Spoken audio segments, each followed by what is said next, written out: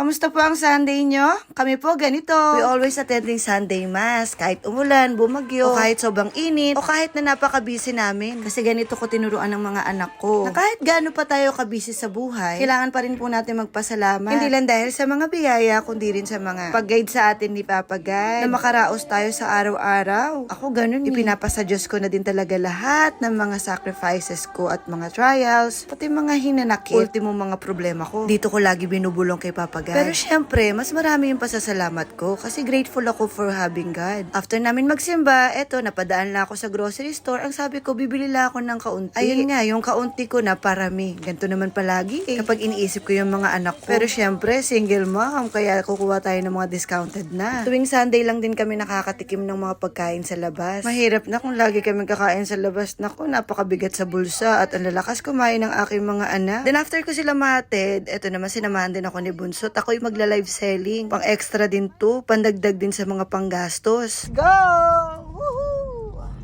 Natungat ginabi na kami. Para lang makabenta, talagang kinareer ko na. Okay naman ang aking live selling today. Hindi naman tayo kulelat. Sa paganto-ganto ko, nakakadagdag to sa aking mga panggastos ha. At very thankful ako kasi meron akong anak na napaka-supportive. Kasama ko lagi si Bunso at si Kuya naman dun sa bahay. Siya ang nag-aasikaso. And then dumaan na rin kami dito sa malapit na mall. Hindi pa kasi ako nakakapagluto. Bibili sana ako ng ulam. Eto nakita ko yung mga tinapay. Ang galing no, 50% or 30% off na sila. Ganito ang Japan kapag 1 hour before closing. Discounted na agad ang mga tinapay. At kapag hindi nabili ang mga yan, naku, itatapon lang tong mga to. Bala ko sanang bumili, kaso lang, ang bagsak namin, ano pa, the all-time favorite sa nuggets ng McDo. So after namin nag-live selling, nag-McDo kami. Nilibre ko si Pogi.